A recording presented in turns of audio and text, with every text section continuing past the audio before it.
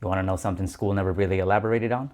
An apology has 4 pieces, not 3, not 2, 4. Number 1, name the thing that you did specifically. That, all right, fine, I'm sorry. All right, man, I'm sorry for whatever I did. That's lazy. Be specific. I'm sorry I dismissed your feelings in that conversation. That's naming the thing. Number 2, name the hurt. If you Google it or something, or if you go to therapy, you're probably going to hear the impact. Impact just means hurt. Name the hurt that you caused. Same example as before. I'm sorry I dismissed your feelings in that conversation. You probably felt invisible. So you see, you're not just telling them that they feel a certain way. You're showing that you actually thought about it. It's a thought that counts. Number 3 is probably one of the hardest. No justifications. None. If you have a justification, you're not apologizing. You're giving excuses. And that's a horrible way to treat people. Also, if the word but or however or still or any version of the word but is anywhere near your apology, that is not an apology. That's a negotiation. And of course, number 4 is situational. Depending on what you're being accused of or depending on what it is that you've done, you have to work on that thing. Because without this, it's just words, period. And to some level, I would say this goes hand in hand with forgiveness. You can apologize, I can forgive you, but if you keep doing the same thing, it's kind of hard to not go, hey, wait a minute, there hasn't been a change from point A to point B to point C. It's just been A happening 3 times in a row. And this is probably why people sometimes do feel like they're in a gridlock. If you bring up the past to me, how am I supposed to change? But in your defense, if I'm not changing, how are you not supposed to bring up the past?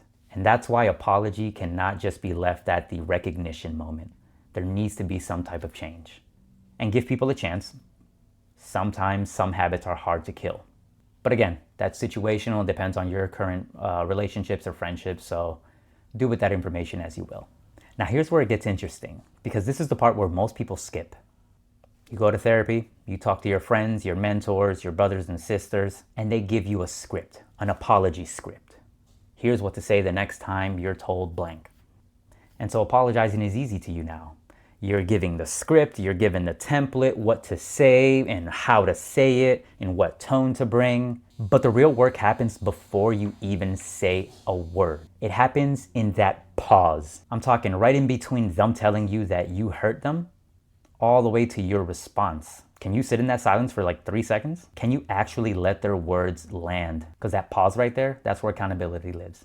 And most people skip it because it makes them feel uncomfortable. They rush to fill it with words. The explanations, the deflections, the counterpoints. Because I mean, think about it. That's how arguments are. It's boom, boom, boom, boom, boom, boom. People just going back to back. Nobody's pausing, letting the words land and actually feeling the apology, actually giving the apology.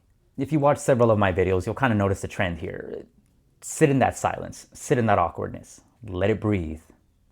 I'm not gonna stop. It's pretty much the same exact thing. This is why defensiveness is automatic.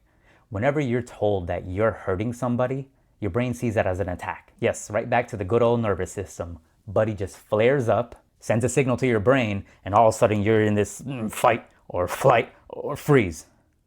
And naturally, that's the same response you would get, let's say, if you're riding a bike and you fall off.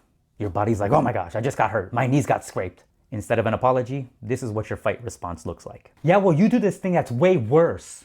Here's what flight looks like. I can't do this right now. I can't do this with you. And then the freeze response. That's right, nothing. The freeze response is a complete shutdown. Think about the very last time you shut down on somebody. Your partner, your lover, your best friend, your mom, your dad. Somebody was hurt and they said, hey, I was hurt when you blank. And that person was vulnerable enough to actually tell you what hurt them. You have avoidance out here, not even letting you know what they're even hurt for. So the fact that this person took the time to let you know and you just completely said nothing because you shut down or you tuned them out, that right there, that was your freeze response. So here's the uncomfortable truth about apologies and accountability. If you want to become somebody who truly apologizes and who is willing to accept accountability, you have to learn to override that nervous system. And that's not even a communication skill. That's a regulation skill. Let that marinate. Okay, the double-edged sword. And I'm going to be brief about this because this is not what the video is about. But I feel like this needs to be talked about.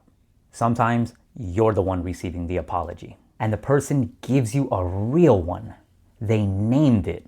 They named the hurt behind it. They owned up to it. They apologized. They didn't give you a but. They even showed changed behavior. And you still can't let it in because you're too attached to still being the victim.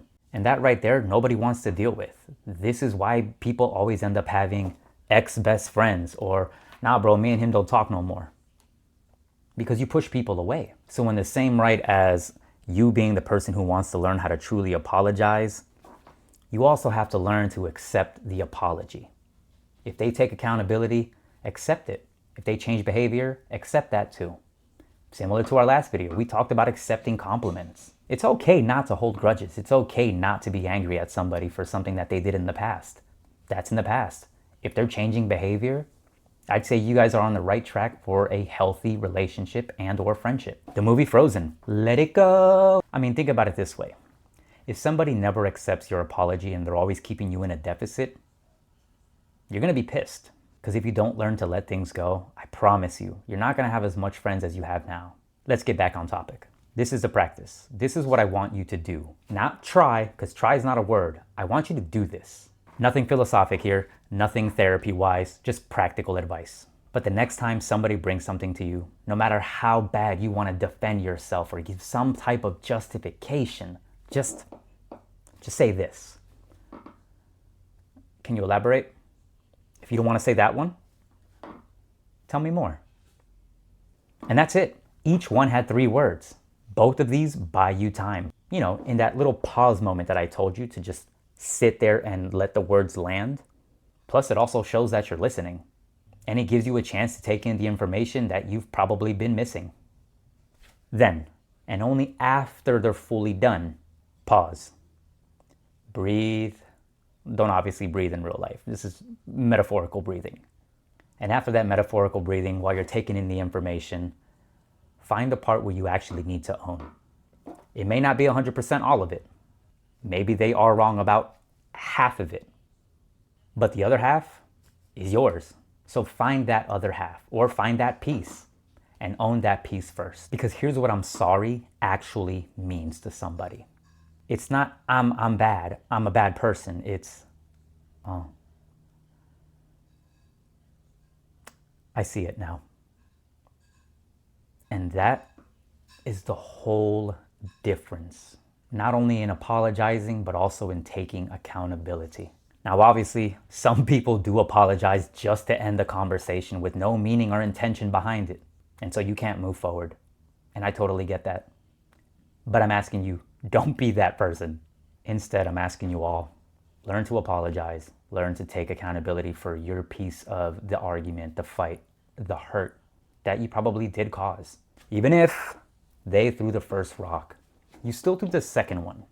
Even if you feel like, well, you know, if I did that to you, you didn't have to punch me back. Hey, we get it. They punched you back. Can you apologize for punching them first? Can you apologize for punching them second? You're not going to sit there and act like you didn't throw any punches. Because if you truly do think that way, whatever apology comes out of your mouth is probably not a real apology in the first place.